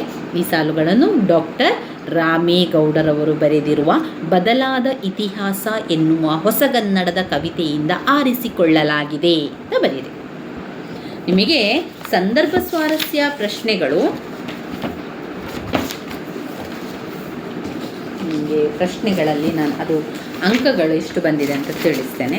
ಯಾವ ರೀತಿ ಅಂಕಗಳು, ಸಂದರ್ಭ ಸಹಿತ ವಿವರಿಸಲಿಕ್ಕೆ ಪದ್ಯದ ಸಾಲುಗಳನ್ನು ಕೊಡ್ತಾರೆ. ಅದಕ್ಕೆ ನಮಗೆ 4 ಅಂಕಗಳಿದೆ. 4 ಅಂಕಗಳು ಬಂದಾಗ ನೀವು ಅರ್ಧ ಪುಟದಷ್ಟಾದರೂ ಕೂಡ, ಅಂದರೆ ನಿಮ್ಮ ಉತ್ತರ ಪತ್ರಿಕೆಯಲ್ಲಿ 1 ಪುಟ ಅಂತ ಬರ್ತದಲ್ಲ, ಅದನ್ನು ಅಷ್ಟು ಸಂಪೂರ್ಣವಾಗಿ ಬರೀರಿ. ಆಗ ನಿಮಗೆ ಸಂಪೂರ್ಣ 4 ಅಂಕಗಳನ್ನು ಅವರು ಕೊಡ್ತಾರೆ. ನಿಮ್ಮ ಲೇಖಕರ ಹೆಸರು ಇರಬೇಕು, ಕವಿತೆ ಹೆಸರು ಇರಬೇಕು, ಅಲ್ಲಿ 2 ಅಂಕಗಳು ಸಿಗ್ತದಾ. ನಂತರ ನೀವು ವಿವರಿಸಿದಾಗ ಮತ್ತೆ 2 ಅಂಕಗಳು ಸಿಗುವಂಥದ್ದು. ಇದು ಸಂದರ್ಭ ಸಹಿತ ವಿವರಿಸಲಿಕ್ಕೆ. ಇನ್ನು ಬರುವಂಥದ್ದು ಸಂದರ್ಭ ಸ್ವಾರಸ್ಯ ಪ್ರಶ್ನೆಗೆ ಇರುವಂಥದ್ದು 2 ಅಂಕಗಳು ಸ್ನೇಹಿತರೆ. 2 ಅಂಕ ಅಂತ ಬಂದಾಗ ಲೇಖಕರ ಹೆಸರು, ಕವಿತೆ ಹೆಸರು ಬರೀರಿ. ಆಮೇಲೆ ಸ್ವಲ್ಪ ಒಂದು ಅರ್ಧ ಪುಟದಷ್ಟು ನಿಮ್ಮ, ಈಗ ಹೇಗೆ ಅಂತ ಹೇಳಿದರೆ, ಈಗ ನಿಮಗೆ ಇದು ಉತ್ತರ ಪತ್ರಿಕೆ ಅಂತ ಹೇಳ್ಕೊಳ್ಳೋಣ. ಉತ್ತರ ಪತ್ರಿಕೆಯಲ್ಲಿ ಈಗ ಸಂಪೂರ್ಣ ಉತ್ತರ ಪತ್ರಿಕೆಯಲ್ಲಿ 2 ಅಂಕದ ಸಂದರ್ಭ ಸ್ವಾರಸ್ಯ ಬಂದಾಗ ಇಷ್ಟು ಬರೀರಿ, ಅರ್ಧ. ನಿಮ್ಮ ಉತ್ತರ ಪತ್ರಿಕೆಯ ಅರ್ಧದಷ್ಟು ನಿಮ್ಮ ಸಂದರ್ಭ ಸ್ವಾರಸ್ಯ ಪ್ರಶ್ನೆಗಳಿರಲಿ. ಲೇಖಕರ ಹೆಸರು ಡಾಕ್ಟರ್ ರಾಮೇಗೌಡರು ಬರೆದಿರುವಂಥ ಬದಲಾದ ಇತಿಹಾಸ ಎನ್ನುವಂತಹ ಹೊಸಗನ್ನಡದ ಕವಿತೆಯಿಂದ ಈ ಒಂದು ಸಾಲುಗಳನ್ನು ಆರಿಸಿಕೊಳ್ಳಲಾಗಿದೆ ಅಂತ ಬಂದಾಗ 1 ಅಂಕ ಅಲ್ಲಿ ಸಿಗ್ತದೆ. ನಂತರ 1 ಅಂಕ ನಿಮ್ಮ ವಿವರಿಸುವುದಕ್ಕೆ ಸಿಗುವಂಥದ್ದು. ನಿಮ್ಮ ವಿವರಣೆ ಒಂದು 4-5 ಲೈನುಗಳಷ್ಟಿರಲಿ, ಅಂದರೆ ಅರ್ಧ ಪುಟದಷ್ಟು ನಿಮ್ಮ ಸಂದರ್ಭ ಸ್ವಾರಸ್ಯದ ಪ್ರಶ್ನೆಗಳಿರಲಿ. ಇದು 2 ಅಂಕದ ಪ್ರಶ್ನೆಗಳು ಬಂದಾಗ ಸಂದರ್ಭ ಸ್ವಾರಸ್ಯ 2 ಅಂಕ. ಸಂದರ್ಭ ಸಹಿತ ವಿವರಿಸಲಿಕ್ಕೆ ಅವರು ಪದ್ಯದ ಸಾಲುಗಳನ್ನು ಕೊಡುವಂಥದ್ದು. ಇಲ್ಲಿ ಕೂಡ ಹಾಗೆ ಲೇಖಕರ ಹೆಸರು ಮತ್ತು ಕವಿತೆ ಹೆಸರನ್ನು ಬರೆದಾಗ ನಿಮಗೆ ಅಲ್ಲಿ 2 ಅಂಕಗಳು ಸಿಗ್ತದೆ. ನಂತರ ವಿವರಣೆಯನ್ನು ಬರಿಬೇಕಾಗ್ತದೆ. ಈ ವಿವರಣೆಯನ್ನು ಬರೆಯುವಾಗ ಸ್ವಲ್ಪ ಜಾಸ್ತಿ ವಿವರಣೆಯನ್ನು ಬರಿಬೇಕು, ಯಾಕಂದರೆ ಒಂದು ಪ್ರಶ್ನೆಗೆ 4 ಅಂಕಗಳು ಇಲ್ಲಿ ಕೊಟ್ಟಿರ್ತಾರೆ. ಆದ್ದರಿಂದ ನೀವು ಬರಿಬೇಕಾದ್ರೆ ಇಲ್ಲಿಂದ ಇಲ್ಲಿ ತನಕ ಬರಿತಾ ಹೋಗಿ. ಈ ಒಂದು ಕವಿತೆ ಹೆಸರು, ಪದ್ಯದ ಹೆಸರೆಲ್ಲ ಬರೆಯುವಾಗ ಒಂದು ಸ್ವಲ್ಪ ಆಗ್ತದಲ್ವ, ಅದಾದ ನಂತರ ಒಂದು ಸ್ವಲ್ಪ ಜಾಗವನ್ನು ಬಿಟ್ಟು, ಅಂದರೆ 1 ಸಾಲುಗಳನ್ನಷ್ಟು ಬಿಟ್ಟು ನಂತರ ಅದರ ವಿವರಣೆಯನ್ನು ಬರಿತಾ ಹೋಗಿ. ನಿಮಗೆ ಎಷ್ಟು ವಿವರಿಸಲಿಕ್ಕೆ ಸಾಧ್ಯ ಅಷ್ಟನ್ನು ಬರೀರಿ. ಹಾಗೆಯೇ ವಿವರಿಸಬೇಕು ಅಂತ ಏನೂ ಇಲ್ಲ, ನಿಮಗೆ ಅರ್ಥ ಆದ ರೀತಿಯಲ್ಲಿ ವಿವರಿಸ್ತಾ ಹೋದರೆ ಆಯಿತು. ಇಲ್ಲಿ 1 ಹೊಸಗನ್ನಡದ ಕವಿತೆಯನ್ನು ಕೊಡ್ತಾರೆ, 1 ನಾಟಕವನ್ನು ಕೊಡ್ತಾರೆ. ಅದೇ ರೀತಿಯಲ್ಲಿ ಸಂದರ್ಭ ಸ್ವಾರಸ್ಯದ ಸಾಲುಗಳು ಕೂಡ ಹಾಗೆ ಕವಿತೆ ಮತ್ತು ನಾಟಕದಿಂದ ಮಿಕ್ಸ್ ಮಾಡಿ ಅವರು ಪ್ರಶ್ನೆಗಳನ್ನು ಕೊಡುವಂಥದ್ದು. ಇಲ್ಲಿ ಈ ಒಂದು ಪ್ರಶ್ನೆ ತುಂಬಾ ಮುಖ್ಯ. ಮುಳ್ಳು ಬೇಲಿಯ ಮೇಲಿನ ನವಿರು ಬಟ್ಟೆ ಎನ್ನುವಂಥದ್ದು. ಮುಳ್ಳು ಬೇಲಿಯ ನವಿರು ಬಟ್ಟೆ ಈಗಾಗಲೇ ಗೊತ್ತಾಯಿತು, ಬದಲಾದ ಇತಿಹಾಸದಲ್ಲಿ ಬರುವಂಥದ್ದು. ಇನ್ನು ಪಡಕಾನೆಯ ಲೋಡಿನೊಡನೆ ಓಡಿದೆ ಮೋಡ, ಅದು. ಆಮೇಲೆ ಮತ್ತೊಂದು ಪ್ರಶ್ನೆ, ಒಬ್ಬನ ಪಕ್ಕ ಒಬ್ಬ ಕಟ್ಟಿದ್ದಾನೆ ಮಾನವ ಸರಪಳಿ ಸುಡುವ ಸೆಕೆಯಲ್ಲೂ ಹಕ್ಕಿಯ ಚಿಲಿಪಿ. ಅಂದರೆ ಈಗಾಗಲೇ ನಾನು ಹೇಳಿದ್ದೇನೆ, ಇಲ್ಲಿ ಒಬ್ಬ ಯುವಕ ಎದ್ದು ನಿಂತರೆ ಸಾಧ್ಯ ಇಲ್ಲ, ಆ ಯುವಕನ ತಂಡವನ್ನು ಮಾಡಬೇಕು, ಒಗ್ಗಟ್ಟಿನಿಂದ ಅವರ ಸರಪಳಿಯನ್ನು ಮಾಡಬೇಕು. ಸರಪಳಿ ಅಂತ ಹೇಳಿದರೆ ಒಂದು ತಂಡವನ್ನು ಮಾಡಬೇಕು, ಯುವಕರೆಲ್ಲರೂ ಸೇರಿ ಒಗ್ಗಟ್ಟಾಗಿ ಅದರ ವಿರುದ್ಧ ಹೋರಾಟವನ್ನು ಮಾಡಬೇಕು, ಅದರಿಂದ ಸರಪಳಿಯನ್ನು ಮಾಡಬೇಕು ಅಂತ ಹೇಳಿ ಅವರು ವಿವರಿಸ್ತಾ ಇರುವಂಥದ್ದು ಅಂತ ಬರಿಬೇಕು.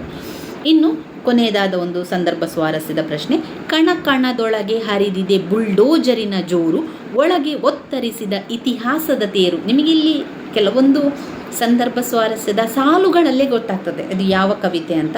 ಇದು ಬದಲಾದ ಇತಿಹಾಸ ಅಂತ ಗೊತ್ತಾಯಿತು ನೋಡಿ. ಇತಿಹಾಸ ಅಂತ ಬಂದ ಕೂಡ ಗೊತ್ತಾಗಬೇಕು ನಿಮಗೆ, ಇದು ಬದಲಾದ ಇತಿಹಾಸ ಕವಿತೆಯಿಂದ ಆರಿಸಲಾಗಿರುವಂಥದ್ದು. ಡಾಕ್ಟರ್ ರಾಮೇಗೌಡ ಒಂದು 4 ಬಾರಿ ಹೇಳಿ, ಆಗ ಕವಿತೆ ಹೆಸರು ಕೂಡ ನೆನಪುಳಿತದೆ, ಕವಿಯ ಹೆಸರು ಕೂಡ ನೆನಪುಳಿತದೆ. ಡಾಕ್ಟರ್ ರಾಮೇಗೌಡರವರು ಬರೆದಿರುವಂತಹ ಬದಲಾದ ಇತಿಹಾಸ ಎನ್ನುವಂಥ ಕವಿತೆಯಿಂದ ಆರಿಸಿಕೊಳ್ಳಲಾಗಿದೆ.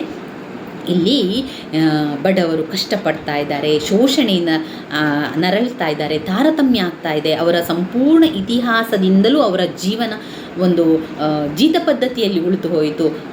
ಅವರು ಅವರನ್ನು ತಾರತಮ್ಯ ಮಾಡ್ತಾ ಇದ್ದಾರೆ, ಅಮಾನವೀಯತೆಯಲ್ಲಿ ನರಳ್ತಾ ಇದ್ದಾರೆ. ಇಂಥ ಸಂದರ್ಭದಲ್ಲಿ ಅವರು ಏನು ಮಾಡ್ತಾರೆ, ಯುವಕರು ಎದ್ದು ನಿಲ್ತಾರೆ, ಅವರ ಒಂದು ಶೋಷಣೆಯ ವಿರುದ್ಧ ಹೋರಾಟವನ್ನು ಮಾಡ್ತಾರೆ, ಅದರ ವಿರುದ್ಧವಾಗಿ ಪ್ರಶ್ನೆಗಳನ್ನು ಕೇಳ್ತಾರೆ. ಅದರ ವಿರುದ್ಧವಾಗಿ ಅವರು ನಿಂತಾಗ ಅವರ ಒಂದು ಮನಸ್ಸಿನ ಒಳಗೆ ಕಣದೊಳಗೆ ಹರಿದಿದೆ ಬುಲ್ಡೋಜರಿನ ಜೋರು. ಅಂದರೆ ಅವರ ಮನಸ್ಸೊಳಗಿದೆ ಈಗ ಎಲ್ಲವನ್ನು ತೆಗೆದು ಹಾಕಬೇಕು, ಬುಲ್ಡೋಜರ್ನಂತೆ. ಯಾವ ರೀತಿ ಬುಲ್ಡೋಜರ್ ಎಲ್ಲವನ್ನು ಕೂಡ ಒಕ್ಕಿ ಹಾಕ್ತದೋ ಅದೇ ರೀತಿಯಲ್ಲಿ ಕೂಡ ಆ ಯುವಕರ ತಂಡ ಎಲ್ಲವನ್ನು ಕೂಡ ಶೋಷಣೆ, ಅನ್ಯಾಯ, ಅಮಾನವೀಯತೆ ಎಲ್ಲವನ್ನು ಕಿತ್ತು ಬಿಸಾಡ್ತೇನೆ ಎನ್ನುವಂತಹ ಒಂದು ಮನಸ್ಸಿನ ಸ್ಥಿತಿಯಲ್ಲಿ ಅವರಿದ್ದಾರೆ. ಈಗ ಎಲ್ಲವನ್ನು ತೊಡೆದು ಹಾಕ್ತಾ ಇದ್ದೇನೆ, ಅದರಲ್ಲಿ ಯಶಸ್ವಿ ಆಗ್ತೇನೆ ಎನ್ನುವಂಥ ಭಾವನೆಯಿಂದ ಅವರಿದ್ದಾರೆ. ಅವರ ಒಂದು ಮನಸ್ಸಿನೊಳಗೆ ಕಣದಲ್ಲಿ ಅವರ ಒಂದು ಪ್ರತಿಯೊಂದು ಕಣದಲ್ಲಿ ಅವರ ಶರೀರದ ಪ್ರತಿ ಕಣದಲ್ಲೂ ಕೂಡ ಅವರ ಮನಸ್ಸಲ್ಲಿ ಏನಿದೆ, ಒಂದು ಬುಲ್ಡೋಜರಿನ ಒಂದು ಜೋರು ಅವರಲ್ಲಿದೆ. ಆ ಒಂದು ಇತಿಹಾಸದ ತೇರನ್ನು ಬದಲಾವಣೆ ಮಾಡ್ತಾನೆ, ಇತಿಹಾಸದಲ್ಲಿ ಆಗಿರುವಂತಹ ಇತಿಹಾಸದ ಬದಲಾವಣೆಯನ್ನು ಮಾಡ್ತೇನೆ. ಇತಿಹಾಸದಲ್ಲಿ ಆಗುವಂತಹ ತಾರತಮ್ಯ, ಅಮಾನವೀಯತೆ, ಅಲ್ಲಿ ಇರುವಂಥ ಶೋಷಣೆ, ಅನ್ಯಾಯ, ಅಮಾನವೀಯತೆಯ ನಿಯಮಗಳನ್ನೆಲ್ಲ ಸ್ಫೋಟಿಸಿ ಹಾಕ್ತೇನೆ ಎನ್ನುವಂತಹ ಒಂದು ಜೋಶಿನಲ್ಲಿದ್ದಾನೆ ಅಂತ ಹೇಳುವಂಥದ್ದನ್ನು ಕಾಣ್ಬೋದು. ಒಟ್ಟಿನಲ್ಲಿ ಬದಲಾದ ಇತಿಹಾಸ ಕವಿತೆಯನ್ನು ಬರೆದವರು ಡಾಕ್ಟರ್ ರಾಮೇಗೌಡ. ನೆನಪಲ್ಲಿಟ್ಕೊಳ್ಳಿ, ತುಂಬಾ ಅರ್ಥಪೂರ್ಣವಾಗಿರುವಂತಹ ಒಂದು ಕವಿತೆ. ಒಮ್ಮೆ ಅರ್ಥ ಮಾಡಿಕೊಳ್ಳಿ, ಆವಾಗ ನಾವು ಸಂಪೂರ್ಣವಾಗಿ ಆ ಒಂದು ಕವಿತೆಯ ಒಳಗೆ ಸೇರಿದಾಗ ನಮಗೆ ಅರ್ಥ ಆಗ್ತದೆ. ಅದು ಯಾವತ್ತೂ ಮನಸ್ಸಲ್ಲಿ ಉಳಿಯುವಂತಹ ಒಂದು ಕವಿತೆಯಾಗಿ ಹೋಗ್ತದೆ. ಹಾಗೆಯೇ ಲೇಖಕರ ಹೆಸರನ್ನು 2-3 ಬಾರಿ ಹೇಳಿದರೆ ಅದು ನೆನಪಲ್ಲಿ ಉಳಿತದೆ. ತುಂಬ ಜನರ ಪ್ರಶ್ನೆ ಏನು ಅಂತ ಹೇಳಿದರೆ, ನೆನಪಲ್ಲಿ ಉಳಿಯೋದಿಲ್ಲ, ಕವಿತೆ ಹೆಸರು ನೆನಪಲ್ಲಿ ಉಳಿಯೋದಿಲ್ಲ, ಕವಿಯ ಹೆಸರು ನೆನಪಲ್ಲಿ ಉಳಿಯೋದಿಲ್ಲ ಅಂತ ಹೇಳ್ತೀರಾ. ಯಾಕೆ ನೆನಪಲ್ಲಿ ಉಳಿಯೋದಿಲ್ಲ? 1 ಬಾರಿ ಹೇಳಿದರೆ ನೆನಪಲ್ಲಿ ಉಳಿಯೋದಿಲ್ಲ, 2 ಬಾರಿ ಹೇಳಿದರೆ ನೆನಪಲ್ಲಿ ಉಳಿಯೋದಿಲ್ಲ. ಆದರೆ ಪದೇ ಹೇಳಿದರೆ ನಿಮಗೆ ಅದು ನೆನಪಲ್ಲಿ ಉಳಿತದೆ. ಯಾವಾಗ ಪದೇ ಹೇಳಬೇಕು? ನೀವು ಆ ಸಂದರ್ಭ ಸ್ವಾರಸ್ಯದ ಪ್ರಶ್ನೆಗಳನ್ನು ಓದಬೇಕಾದ್ರೆ ನೀವು ಹೇಳ್ಕೊಳ್ಳಿ. ಈಗ ನೋಡಿ, ನಾನೀಗ ಹೇಳಿದೆ 4 ಸಂದರ್ಭ ಸ್ವಾರಸ್ಯದ ಪ್ರಶ್ನೆಗಳನ್ನು ಕೊಟ್ಟಿದ್ದಾರೆ. ಅವರು ಬೇರೆ ಬೇರೆ ಕಡೆಯಿಂದ ಹುಡುಕಿ ಪ್ರಶ್ನೆಗಳನ್ನು ಕೊಡುವುದಿಲ್ಲ. ನಿಮ್ಮ ಟೆಕ್ಸ್ಟ್ ಬುಕ್ಕಲ್ಲಿರುವ ಅವರು ಕೊಟ್ಟಿರುವ ಸಂದರ್ಭ ಸ್ವಾರಸ್ಯದ ಪ್ರಶ್ನೆಗಳು ಅಂತ ಕೊಟ್ಟಿರ್ತಾರೆ. ನೋಡಿಲ್ಲ, ಇಲ್ಲಿ 4 ಕೊಟ್ಟಿದ್ದಾರೆ. ಅವರು ಸಂದರ್ಭ ಸ್ವಾರಸ್ಯದ ಪ್ರಶ್ನೆಗಳನ್ನು 4 ಸಂದರ್ಭ ಸ್ವಾರಸ್ಯದ ಪ್ರಶ್ನೆಗಳನ್ನು ಕೊಟ್ಟಿದ್ದಾರೆ. ಈ ಒಂದು ಸಂದರ್ಭ ಸ್ವಾರಸ್ಯ ಪ್ರಶ್ನೆಗಳಿಂದಲೇ ಅವರು ಆಯ್ಕೆ ಮಾಡಿ ಕೊಡ್ತಾರೆ. ಆದ್ದರಿಂದ ನೀವು ಹೇಳಬೇಕಾದ್ರೆ ಹೇಳಬೇಕು. ಈಗ ನೋಡಿ, ಮುಳ್ಳು ಬೇಲಿಯ ಮೇಲಿನ ನವಿರು ಬಟ್ಟೆ, ಈ ಒಂದು ಸಾಲುಗಳನ್ನು ಡಾಕ್ಟರ್ ರಾಮೇಗೌಡರವರು ಬರೆದಿರುವ ಬದಲಾದ ಇತಿಹಾಸ ಎನ್ನುವ ಹೊಸಗನ್ನಡದ ಕವಿತೆಯಿಂದ ಆರಿಸಿಕೊಳ್ಳಲಾಗಿದೆ. ಹೀಗೆ ಪ್ರತಿಯೊಂದು ಸಂದರ್ಭ ಸ್ವಾರಸ್ಯಕ್ಕೂ ನೀವು ಹೇಳ್ತಾ ಇದ್ದರೆ ಅದು ಹಾಗೆ ನೆನಪಲ್ಲಿ ಉಳಿತದೆ. ಇನ್ನು ಪ್ರಶ್ನೆ ಬಂದಾಗ, ಪ್ರಶ್ನೆ ಯಾವುದರಿಂದ ಬಂದಿದೆ ಅಂತ ನಮಗೆ ಗೊತ್ತಾಗೋದಿಲ್ಲ ಅಂತ ಹೇಳಿದರೆ ಆ ಪ್ರಶ್ನೆಯನ್ನು 2 ಬಾರಿ ಓದ್ಕೊಳ್ಳಿ. ಆವಾಗ ನೀವು ಓದಿರುವಂಥ ಕವಿತೆ ನೆನಪಿಗೆ ಬರ್ತದೆ. ಯಾವಾಗ ಅಲ್ಲಿ ತಾರತಮ್ಯ ಬರ್ತದೆ, ಅಮಾನವೀಯತೆ ಬರ್ತದೆ, ಮೇಲ್ವರ್ಗ ಕೆಳವರ್ಗ ಅಂತ ಬರ್ತದೆ, ಇತಿಹಾಸ ಬದಲಾವಣೆಯನ್ನು ಮಾಡಬೇಕು, ಯುವಕರ ಗುಂಪನ್ನು ಮಾಡಬೇಕು, ಯುವಕರ ಸರಪಳಿಯನ್ನು ಮಾಡಬೇಕು ಅಂತ ಪ್ರಶ್ನೆಗಳು ಬರ್ತದೆ. ಆ ಒಂದು ಪ್ರಶ್ನೆ ಬಂದಾಗ ಅದು ಬದಲಾದ ಇತಿಹಾಸದಿಂದ ಬಂದಿರುವಂತಹ ವಾಕ್ಯ ಅಂತ ಗೊತ್ತಾಗ್ತದೆ. ಬದಲಾದ ಇತಿಹಾಸ ಎನ್ನುವಂಥ ಹೊಸ ಕನ್ನಡದ ಕವಿತೆಯಿಂದ ಬಂದಿರುವಂತಹ ವಿಚಾರ, ಆ ಒಂದು ವಾಕ್ಯವನ್ನು ಕೊಟ್ಟಿದ್ದಾರೆ ಅಂತ ನಮಗೆ ಮನಸ್ಸಿಗೆ ಬರ್ತದೆ. ಅದರಿಂದ ಆ ಒಂದೆಲ್ಲ ಪಾಯಿಂಟ್ಸನ್ನು ನೆನಪಲ್ಲಿಟ್ಕೊಳ್ಳಿ. ಯುವಕರ ತಂಡ, ಯುವಕರ ಸರಪಳಿ, ಬುಲ್ಡೋಜರಿನಂತೆ ಅವರ ಪ್ರತಿಯೊಂದು ಕಣದಲ್ಲೂ ಕೂಡ ಬುಲ್ಡೋಜರಿನಂತೆ ಅವರನ್ನು ಆ ಒಂದು ತಾರತಮ್ಯವನ್ನು ಕಿತ್ತು ತೆಗೆಯಬೇಕು ಎನ್ನುವಂತಹ ಒಂದು ಯೋಚನೆ ಅವರಲ್ಲಿದೆ. ಅಮಾನವೀಯತೆ ಬಗ್ಗೆ, ತಾರತಮ್ಯತೆ ಬಗ್ಗೆ, ಮೇಲ್ವರ್ಗ ಕೆಳವರ್ಗದ ಬಗ್ಗೆ, ಶೋಷಣೆಯ ಬಗ್ಗೆ, ಜೀತ ಪದ್ಧತಿಯ ಬಗ್ಗೆ, ಈ ರೀತಿಯೆಲ್ಲ ವಿಚಾರ ಬಂದಾಗ ಅದು ಬಂದಿರುವಂತಹ ಕವಿತೆ ಬದಲಾದ ಇತಿಹಾಸ ಅಂತ ನೆನಪಲ್ಲಿ ಇಟ್ಕೊಂಡ್ರೆ ಸಾಕು. ಇವತ್ತಿಗೆ ಈ ಒಂದು ಕವಿತೆ ನೀವು ತಿಳ್ಕೊಂಡ್ರೆ ಸಾಕು. ಪ್ರತಿ ದಿವಸ ಒಂದೊಂದು ಕವಿತೆಯನ್ನು ನಾವು ತಿಳಿತಾ ಹೋಗುವ, ಆವಾಗ ನಮಗೆ ನೆನಪಲ್ಲಿ ಉಳಿಲಿಕ್ಕೂ ಕೂಡ ಸಾಧ್ಯ ಆಗ್ತದೆ. ಎಲ್ಲವನ್ನು ಕೂಡ ಒಂದೇ ಒಂದು ವಿಡಿಯೋದಲ್ಲಿ ಎಲ್ಲವನ್ನು ತಿಳಿತೇನೆ ಅಂತ ಹೋದರೆ ಅದೆಲ್ಲ ಕೂಡ ಮಿಕ್ಸ್ ಆಗಿ ಹೋಗ್ತದೆ. ಅದರಿಂದ ಪ್ರತಿ ಬಾರಿ ಪ್ರತಿ ಒಂದು ವಿಡಿಯೋದಲ್ಲಿ ಕೂಡ ಒಂದೊಂದು ಕವಿತೆಯನ್ನು, ಒಂದೊಂದು ನಾಟಕವನ್ನು ತಿಳಿತಾ ಹೋಗುವ. ಇವತ್ತು ನಾವು ಪ್ರಥಮ BA ವಿದ್ಯಾರ್ಥಿಗಳಿಗೆ ಕನ್ನಡದಲ್ಲಿರುವಂಥ ಹೊಸಗನ್ನಡದ ಕವಿತೆ, ತುಂಬಾ ಮುಖ್ಯವಾಗಿರುವಂಥ ಒಂದು ಕವಿತೆ ಬದಲಾದ ಇತಿಹಾಸ, ಡಾಕ್ಟರ್ ರಾಮೇಗೌಡರವರು ಬರೆದಿದ್ದಾರೆ. ಇದರ ಬಗ್ಗೆ ನಾವು ಸಂಪೂರ್ಣವಾಗಿ ತಿಳ್ಕೊಂಡೆವು. ಇದರ ಬಗ್ಗೆ ನಿಮಗೆ ಅಸೈನ್ಮೆಂಟ್ ಪ್ರಶ್ನೆಗಳು ಬಂದಿದ್ದರೆ ನಿಮಗೆ ಏನು ಅರ್ಥ ಆಗಿದೆ ಅದನ್ನೆಲ್ಲ ವಿವರಿಸ್ತಾ ಹೋಗಿ. ಆರಂಭದಿಂದ ಏನೆಲ್ಲ ನಿಮ್ಮ ವಿಚಾರಗಳು ಬಂದಿದೆ ಅದನ್ನೆಲ್ಲ ಕೂಡ ವಿವರಿಸ್ತಾ ಹೋಗ್ತಾ ಹೋದರೆ ಆಯಿತು. ಆ ಒಂದು ಅವರು 4 ಪಾರ್ಟ್, ಅದರಲ್ಲಿ 5 ಸಾಲುಗಳು ರೀತಿಯಲ್ಲಿ ಮಾಡಿದ್ದಾರೆ. 4 ಸಾಲಿನ ಪದ್ಯ, 4 ಸಾಲಲ್ಲ 4 ಪದ್ಯಗಳನ್ನಲ್ಲಿ ಕೊಟ್ಟಿದ್ದಾರೆ. ಆ ಒಂದು ಆರಂಭದಿಂದ ಸ್ವಲ್ಪ ಸ್ವಲ್ಪ ವಿವರಿಸ್ತಾ ಹೋಗಿ ಸ್ನೇಹಿತರೆ. ಆರಂಭದಲ್ಲಿ ಸ್ವಲ್ಪ ಪೀಠಿಕೆ ರೀತಿಯಲ್ಲಿ ಬರೀರಿ, ನಂತರ ವಿವರಣೆಯನ್ನು ಬರೆದು ಕೊನೆಯದಾಗಿ ಸ್ವಲ್ಪ ಮುಕ್ತಾಯದ ರೀತಿಯಲ್ಲಿ ಕೂಡ ನೀವು ಬರಿಬೇಕು. ಪ್ರಶ್ನೋತ್ತರಗಳನ್ನು ಬರಿಬೇಕಾದ್ರೂ ಕೂಡ ಹಾಗೆ, ನೀವು ಉತ್ತರ ಪತ್ರಿಕೆಯಲ್ಲಿ ಬರಿಬೇಕಾದ್ರೆ ಸ್ವಲ್ಪ ಪೀಠಿಕೆ ಅಂತ ಹೇಳಿ ಪೀಠಿಕೆ ಬರಿಬೇಕು ಅಂತ ಇಲ್ಲ, ಅದು ಅವರಿಗೆ ಗೊತ್ತಾಗ್ತದೆ. ನೀವು ಸ್ವಲ್ಪ ಒಂದು 5-6 ಸಾಲುಗಳು, 5 ಲೈನ್ಗಳಷ್ಟು ಸ್ವಲ್ಪ ಆ ವಿಚಾರವನ್ನು ಬರೆದು ನಂತರ ವಿವರಿಸ್ತಾ ಹೋಗಬೇಕು. ಕೊನೆಯದಾಗಿ ಮುಕ್ತಾಯವನ್ನು ಕೂಡ ಬರೀಬೇಕು. ಈ ರೀತಿಯಾಗಿ ಪ್ರಶ್ನೋತ್ತರವನ್ನು ಬರಿತಾ ಹೋಗಿ ಸ್ನೇಹಿತರೆ. ನನ್ನ ವೀಡಿಯೋಸ್ ಎಲ್ಲ ನಿಮಗೆ ಇಷ್ಟ ಆಗ್ತಾ ಇದ್ದರೆ ಲೈಕ್ ಕೊಡಿ, ಶೇರ್ ಮಾಡಿ, ಹಾಗೆ ಸಬ್ಸ್ಕ್ರೈಬ್ ಮಾಡಲಿಕ್ಕೆ ಮರಿಬೇಡಿ ಸ್ನೇಹಿತರೆ. ಧನ್ಯವಾದಗಳು.